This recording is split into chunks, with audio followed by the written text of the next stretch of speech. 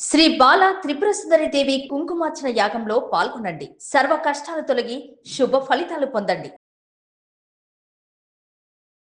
ఆదిత్యాది నవగ్రహ శుభకరాః మేషాదయో రాశయః నక్షత్రాణి సయోగకాశ్చతయస్తద్దేవతాస్తద్గణాః మాసాశ్చ ఋతవస్తథైవ దివసాః సంధ్యాస్తథా రాత్రయః సర్వే స్థావర జంగమా ప్రతిదినం కుర్యాద్ధ్రువం మంగళం. అందరికీ నవగ్రహాలన్నీ కూడా మంచి చేయాలని కోరుకుంటూ రాశి ఫలితాలు, ముఖ్యంగా ఈ సంవత్సరం మేషరాశి నుంచి ప్రారంభం చేద్దాం. మేషరాశి రాశి ఫలితాలు. మేషరాశి వారికి ఆదాయం 14. బాగుంది, కనకవృక్షం కురుస్తుంది. కురిపించండి స్వామి, ఎయిటర్ గారు ఇక్కడ నుంచి కనకవర్షం కురిపించండి. సో ఆదాయం 14, మంచి ఆదాయం ఉంటుంది. వ్యయము 2, ఖర్చు తక్కువ లాభం ఎక్కువ. ఈ సంవత్సరం ఆదాయం మంచిగానే ఉంటుంది మేషరాశి వారికి. రాజపూజ్యము 7. సో మెచ్చుకునేటువంటి వారు 7 ఉంటారు. అవమానం 1, అవమానించే వాళ్ళు 1 ఉంటారు. ఈ సంవత్సరం మేషరాశి వాళ్ళకి పర్వాలేదండి, మంచిగా ఉంది. అంటే ఈ సంవత్సరానికి సంబంధించిన లెక్కల ప్రకారం మాత్రం బాగానే ఉంది. కానీ ఏలినాటి శని వెనకనే ఉంటాడు. శని మీ వెనక ఉన్నాడు, అంటే 12వ స్థానంలో ఉన్నాడు శనిగ్రహం. ఆయన కొరడా పట్టుకొని కొడతానే ఉంటాడు, అత్యాశ పెడతానే ఉంటాడు, కళ్ళల్లో నీళ్లు రాపిస్తాడు. నెత్తి మీద ఉంటాడుగా, ఇప్పుడు నెత్తి మీద నుంచి ఇక్కడ దిగుతాడు, కన్నీళ్ళకి దిగుతాడు ఇక్కడ నుంచి. సో వినకూడనివి వింటారు, మాట్లాడకూడనివి మాట్లాడతారు, చూడకూడనివి చూస్తారు, కళ్ళు ఏడుస్తాయి.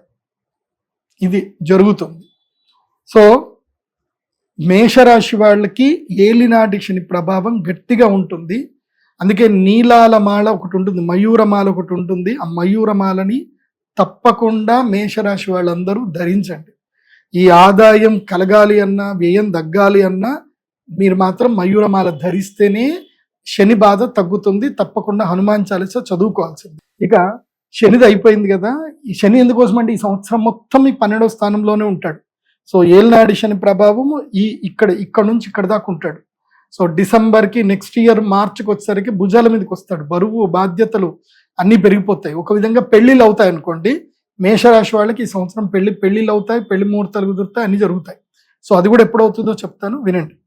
సో మేషరాశి వారికి గురుగ్రహ సంచారం ఏంటంటే, వీళ్ళకి మిథున రాశి లోపల గురువు సంచారం ఉంటాడు. గురువు మిథునం అంటే ఏంటి? మేషం, వృషభం, మిథునం అంటే 3వ స్థానంలో గురుగ్రహ సంచారం ఉంటుంది. ఈ సమయంలో ఏం జరుగుతుంది అని అంటే స్థానచరణం, రోగపీడ, ధన నష్టం, వృధా, ప్రయాస, వృత్తిలో కష్టం, ఇవన్నీ కూడా ఎప్పటిదాకా జరుగుతాయి? మనకి 1వ తారీఖు జూన్ వరకు జరుగుతుంది. సో జూన్ నుంచి ఏమవుతాడు? గురుగ్రహము మనకి ఏ రాశి లోపలికి వచ్చేస్తాడు? కర్కాటక రాశి లోపలికి ఎంటర్ అవుతాడు. ఎప్పటిదాకా ఉంటాడు అంటే 31 అక్టోబర్ వరకు ఉంటాడు. సో ఎంత? జూలై, ఆగస్ట్, సెప్టెంబర్, అక్టోబర్, 4 నెలల కాలం మాత్రం సూపర్ టైం.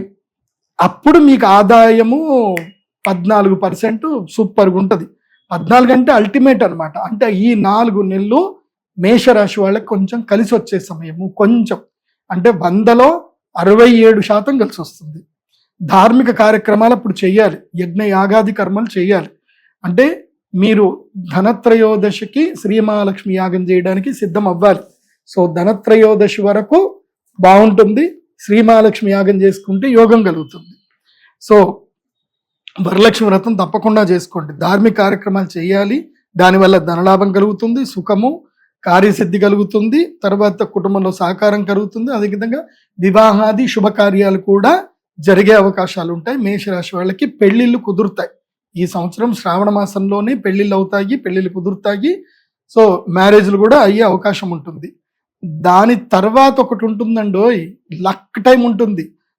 ఇక్కడి వరకు కొంచెం బాగుంటుంది అన్న కదా. ఎస్, మళ్ళీ సింహరాశి లోపలికి ఎప్పుడు 31 అక్టోబర్ నుంచి 24 జనవరి వరకు 5వ ఇంట్లో గురువు వస్తాడు. గురువు పంచమ గురువు యోగకారకుడు అవుతాడు. గురుడు 5వ స్థానంలోకి వస్తే ఏంటంటే గురుడు 2వ స్థానంలో, 5వ స్థానంలో, 7వ స్థానంలో, 9వ స్థానము, 11వ స్థానంలో యోగిస్తాడు. సో మేషరాశి వాళ్ళకి ఏంటంటే 5వ ఇంట్లో గురువు రాగానే సింహరాశి లోపలికి వస్తాడు. కాబట్టి కేవలం ఒక 10 రోజులు మాత్రమే, చెప్పాను కదా, ధనత్రయోదశి నుంచి తీసుకొని మనకి భీష్మ ఏకాదశి అనుకోండి, భీష్మ ఏకాదశి కూడా కాదు, అంతే గీతా ఏకాదశి వరకు, అక్కడి వరకు మాత్రం, అంటే డిసెంబర్ 21వ తారీఖు వరకు, ఉత్తరాయణం కాలం వరకు అదృష్టాన్ని ఇస్తాడు. చూడండి, సూపర్ టైం ఉంటుంది. మేషరాశి వాళ్ళకి పట్టిందల్లా బంగారం. పంచమ గురుడు యోగిస్తాడు. కానీ వక్రత్వంలోకి వచ్చి రాగానే యోగించడు. అతిచారుడు అయినప్పుడు మాత్రమే యోగిస్తాడు. కేవలం 1 నెల రోజులు మాత్రం సూపర్ టైం ఉంటుంది. అప్పుడు మాత్రం మీ యొక్క అభీష్ట సిద్ధులు అన్నీ కలుగుతాయి. కాబట్టి అది అన్నీ కలగడానికి ఎందుకోసమంటే మన అదృష్టం మంచిగా ఉన్నా సరే గ్రహాలు అనుకూలంగా లేకపోతే మనం ఏం చేయలేం.